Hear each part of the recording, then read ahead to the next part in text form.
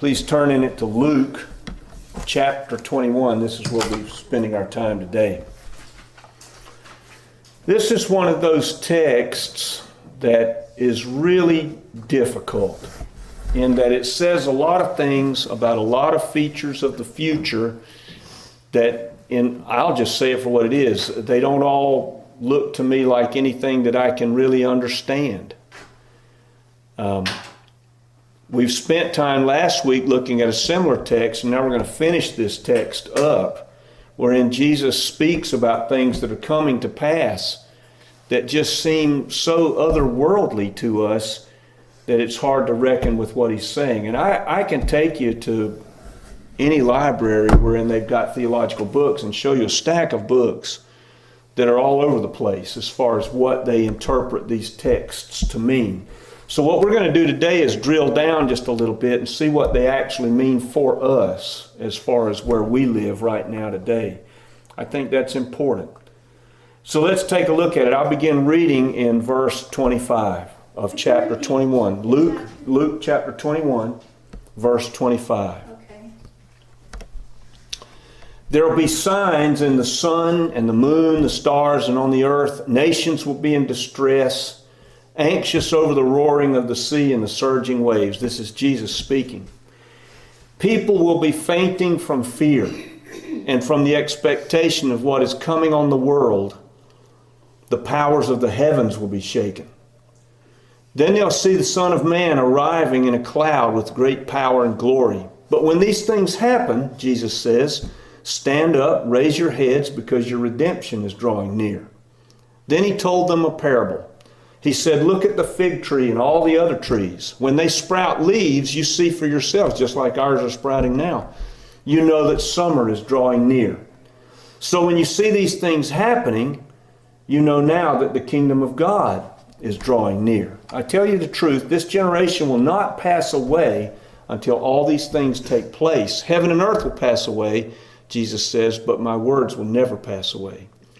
He says, be on your guards so that your hearts aren't weighed down with dissipation and drunkenness and the worries of this life, and that they close down upon you suddenly like a trap, for it will overtake all of those who live on the face of the earth. But stay alert, praying that you'll have the strength to escape these things that must happen and to stand before the Son of Man. So every day, Jesus was teaching in the temple courts, but at night he went up to the Mount of Olives. And the people came to hear him early in the morning every day to listen as he was teaching. Now there are several things in this text, and I'm going to say there are several little teachings that all apply to you and me as we live in this world today. And the first one is, and this is the one that I like the best, which is don't worry about these things that are coming. That means a lot to me. There are things that are going to occur. I mean, I worry about the election. I worry about what the Soviet Union is going to do. It used to be the Soviet Union, what Russia is going to do. I worry about what North Korea is going to do. I worry about all these features in our world. I worry about our economy. I mean, it's been going really well now for several years. Is something going to happen that's just going to strip all that away, and we're going to find ourselves, look, the people in 1929, everything was going really well through the 20s. If you read the history of the 20s in this nation, it was a good time. Very similar to the way in which our times are. Everything was going up. And then it happened on that Tuesday, and everything went down, and within weeks people were standing in line for soup. 25% of the population in this country unemployed, because there was nothing by which they could be employed. So things are going to come. I don't know what they are. Jesus talks about some of these stuff, the stars falling from the heavens. I mean, I don't even know what that means. But God is telling us by this, Jesus is telling us these things to say to us, whatever comes, you're not going to go through it by yourself. You know, he's going to walk with us through these things. We've trusted him with our lives. And so these things, as they come, we can stand. That's a hard text. sometimes we find ourselves being resisted in these things. And I'm going to spend a little more time on that today because I think that's an important feature as well. But the resistance doesn't come necessarily from big things. It comes from small things too. We think about things in our culture as followers of Jesus. We think, well, they've taken prayer out of schools, that you can't put the Ten Commandments up, all of these things that we look at, we say we're being resisted, and we are. And that's going to only grow.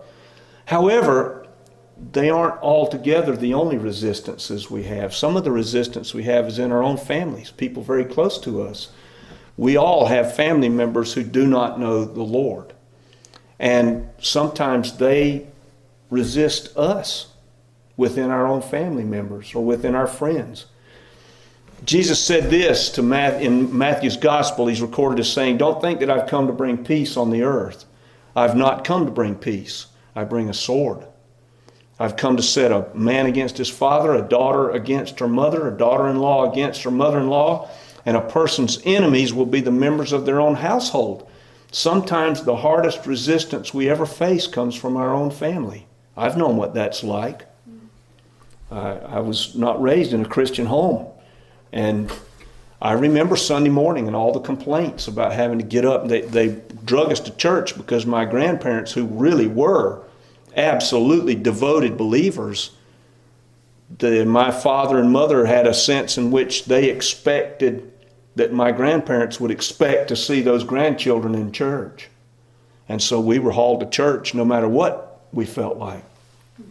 I heard those complaints. This is a painful concept to think about members of your own family being resistant to the fact that you are a follower of Jesus. But that's the way it is. It was that way in my family once I became a believer. I was resisted in that way. I can't tell you how many very difficult conversations my mother and I had, who she was not a believer. And those conversations got really intense. I remember my dad died in 80, my sister died in 1982, and my mother lost her daughter. And all of the conversations about the bitterness toward God and what is God doing taking my daughter from me, all of those, I walked through that as a believer. And I can tell you those conversations were not pleasant ones.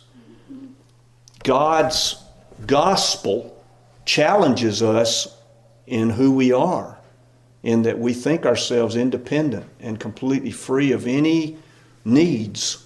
We think ourselves able to take care of ourselves, and to some degree that's true. But where it comes to the gospel, there's that sense of having to surrender to Jesus, coming and saying, "You're Lord, I'm not." That changes the relationship we have in some way, and it's hard for some people to do. They just don't want to do that. The second teaching, first one is don't worry. The second is we'll not go through these things alone. I want to look at just a little history here, and I've related this history to you before, but I want us to try to, as best we can, to place ourselves in this history. I know Colin loves history. Let's try to look at this history for what it was. Imagine you are a believer. That's not hard to imagine, but imagine you're a believer in the first century in Jerusalem. All right, it's 67 AD. And there have been lots of skirmishes between the Jews, your people, and the Romans.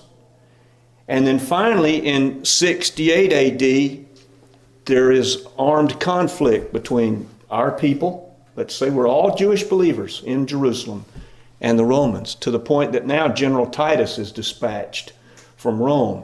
And huge numbers of Roman soldiers come pouring into Jerusalem, and they demand that these factions that are fighting with the Romans surrender. But we don't want to surrender because we're Jews and we don't feel like anybody should rule over us. And you've done things that offend us as Jews, and so we're going to fight you. And the Romans say, okay. They build a big berm around the city. Now just imagine you're a Jewish Christian in that city, and you look and you see this happening around you.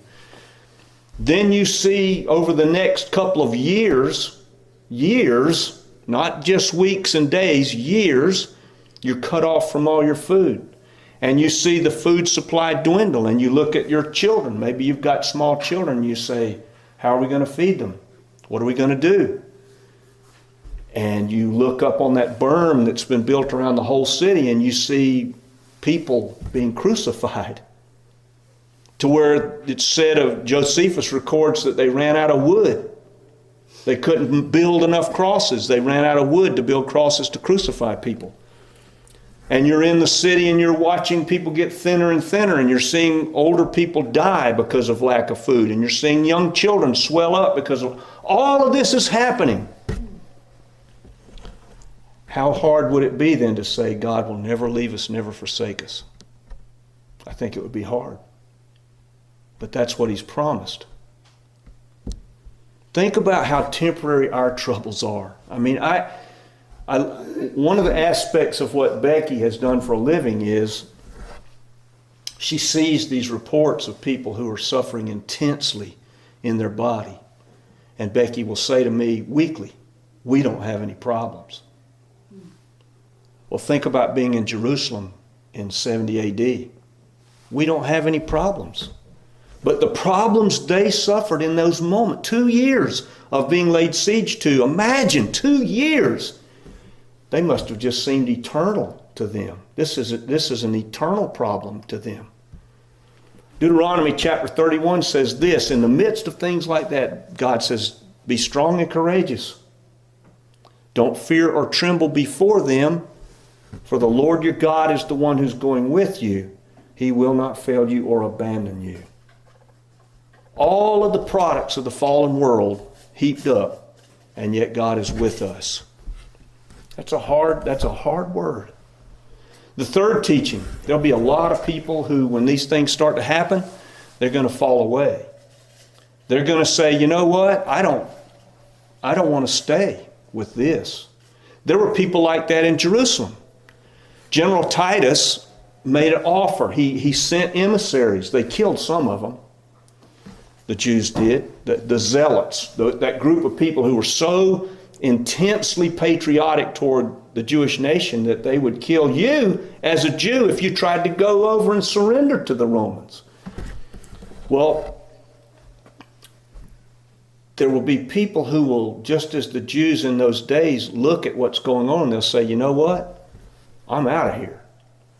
There are going to be people who will say, I'm a follower of Jesus, and they're going to look at what's happening in the world and they're going to say, I'm out of here. This seems too hard for me.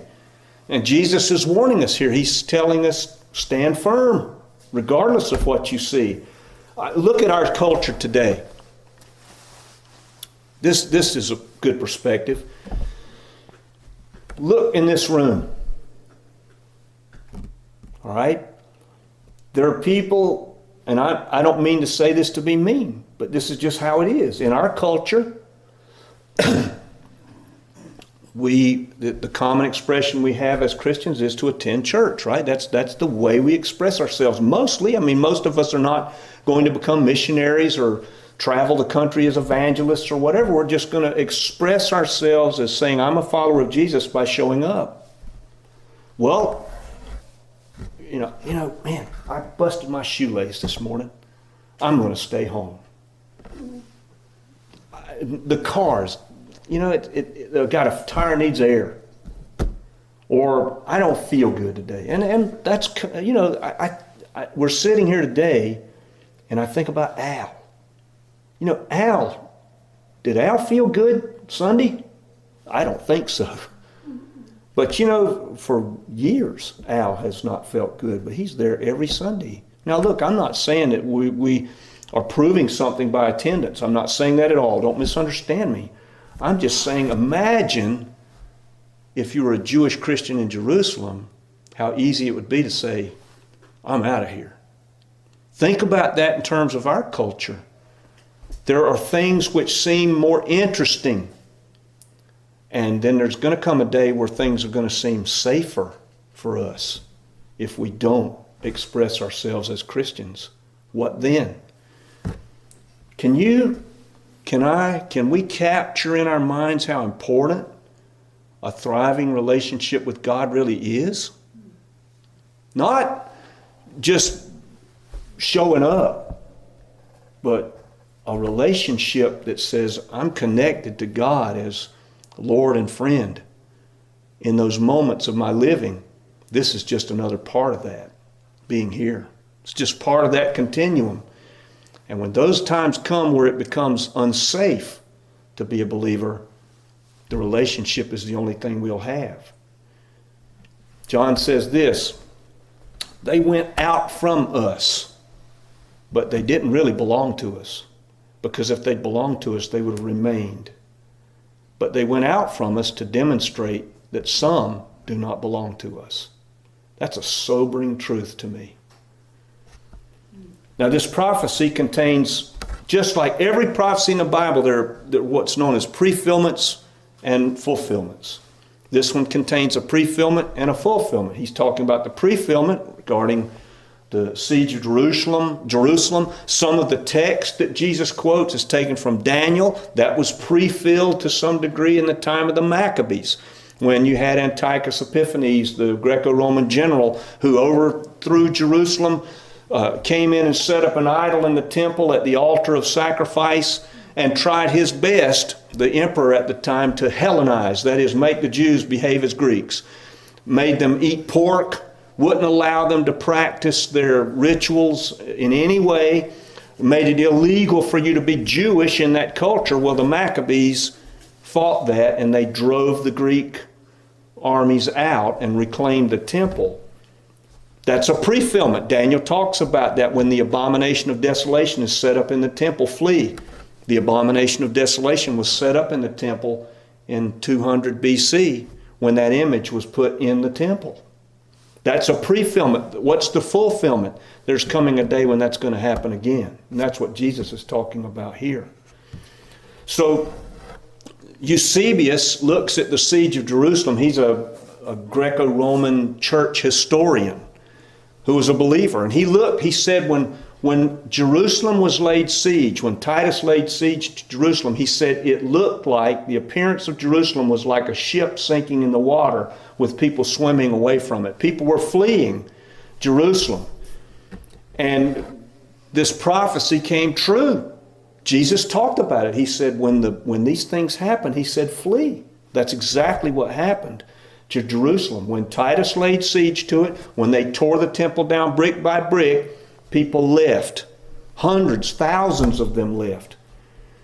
And we are now living in the time that Jesus speaks about here with regard to the times of the Gentiles. That is, we are living in the times of the Gentiles. One of the challenges we get, I get this all the time, what's going on with regard to what happened to the Jews, and now we're in the time of the Gentiles, where Gentiles have been evangelized, and we're now the followers of Jesus. I know this sounds crazy, but we are in essence completed Jews. We've been grafted into the body of Judaism, the completed Judaism, in that we recognize Jesus as the Jewish Messiah, our Savior. Well, what's going to happen to the Jews who are still Jews? What's happening to them? Paul says this, I don't want you to be ignorant of the mystery, brothers and sisters, so that you may become conceited. He's speaking to you and me. A partial hardening has happened to Israel until the full number of the Gentiles come in. That's the time in which we live. You and I are Gentiles. And so all Israel will be saved. That kind of settles it. As it is written, the deliverer will come out of Zion. He will remove ungodliness from Jacob, and this is my covenant with them, the Jews, when I take away their sins. In regard to the gospel, they are enemies for your sake and my sake. But in regard to election, they are dearly loved for the sake of the fathers. And he closes it by saying, for the gifts and the calling of God are irrevocable. So God has called the Jews his people. That's not going to change, even though right now they have, as Paul says, become enemies of the gospel. So we've not come to the times in this country where being a follower of Jesus looks dangerous. It's just not, we're not there yet. I'm thankful for that personally. I'm not looking forward to that. But we are in a time, some of us, wherein being a follower of Jesus looks crazy. Just looks crazy. That's true. We're already there. Jesus tells us to look for all these things to watch. But from outside looking in at you and me, it looks crazy. What are we watching for? I mean, what's the matter with you people? That's the way that we're viewed. What's the matter with you all that you believe these things? Don't you think that's crazy? It reminds me of Hezekiah. Hezekiah, the king, 7th century BC, 8th century BC, surrounded by the Assyrians, he wouldn't surrender. The northern kingdom, Judea is the southern kingdom, Israel was the northern kingdom. They'd already surrendered to the Assyrians. That's why the northern kingdom in Samaria were looked at as mongrels, because they intermarried with the Assyrians. And the Jews, you remember John Gospel, when Jesus is at the well and the woman comes up and he has that conversation and she says, "Who are you, a Jew, talking to me, a Samaritan?" Jews don't have anything to do with Samaritans. Why? Because they intermarried with the Assyrians 700 years ago before Jesus, and the Jews saw them as traitors and mongrels. Well, Hezekiah is in the southern kingdom, the ones who stayed. And the Assyrians have surrounded him, and they're on the walls of Jerusalem, and some of the Assyrian officials are shouting down to people inside the city and speaking in Hebrew and saying things like, you know, we're the Assyrians. We're the superpower on the planet. And look around at all these other nations wherein they believed their gods would deliver them, and we conquered them all. Don't listen to Hezekiah, who's telling you to follow your God, his God. Because if those gods didn't deliver them, why do you think Hezekiah's right that God's going to deliver you? That's the way the world looks to people who don't believe. We look crazy for depending on God. But you see, that's our job now. Our only job, your job and mine in this world, it's a very simple one, to walk humbly before our God and to live righteously before him. In other words, to just stay the course. That's all. That's all he's asking us to do. Believe, and no matter what comes, stay the course. To become fully, independently dependent upon God, each one of us. That's what he's asking us to do. So how do we do that? There's only one way, and that's that you and I purpose in our lives to say, I'm going to remain near to God no matter what. If we're not cultivating that relationship, there will be times that will come for all of us wherein we're going to see stepping away is far more attractive than remaining. Which one will we choose? That'll depend on how close to him we are. I don't know where everybody is today, but if I've said anything about which you've got a question, you want to pray with me, speak with me after the service, I'll stay as long as it takes as we close.